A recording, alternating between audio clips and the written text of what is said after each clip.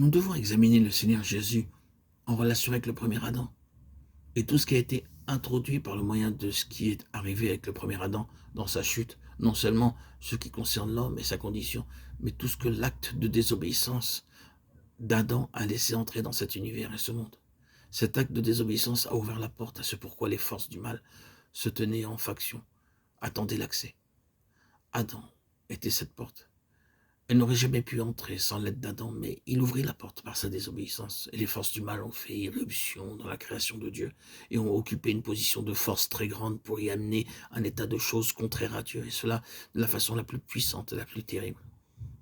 À tout cela, aux puissances elles-mêmes, à l'état produit par leur introduction et à toutes les conséquences de celui-ci, le Seigneur Jésus était et est la réponse de Dieu.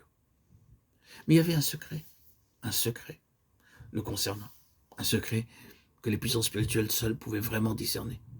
Et c'était que Dieu était en lui. Il était homme, mais il était bien plus que cela. Il était Dieu. Notre préoccupation dans ces méditations a concerné ce que le Seigneur Jésus est en tant que Fils de l'homme, l'homme de Dieu, l'homme céleste en qui Dieu se trouvait et se trouve.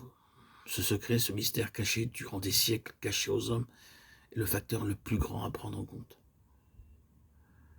En ce qui concernait l'ennemi, son principal objectif en relation avec le Seigneur Jésus était de chercher à pénétrer entre lui et cette relation divine, d'enfoncer un coin et de quelque manière de l'amener à se mouvoir sur une base séparée de cette réalité interne et très profonde du Père.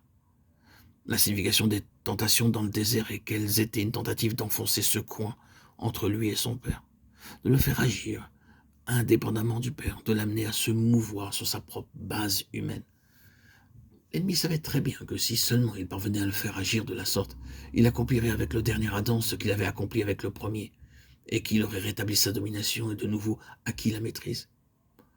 Le secret de la victoire de Christ consistait dans le fait qu'il était tellement un avec le Père qu'en toute chose il était gouverné par le Père qui se trouvait en lui, qui habitait en lui. La vie de l'homme céleste, du Fils de l'homme, nous recommande toujours à nouveau de prêter attention à la question qui est sortie une fois de ses propres lèvres. Ne crois-tu pas que je suis dans le Père et que le Père est en moi? Jean 14, 10. C'était sur cette base qu'il vivait et rencontrait l'ennemi. Et parce qu'il demeurait sur cette base, l'ennemi était incapable de l'abattre.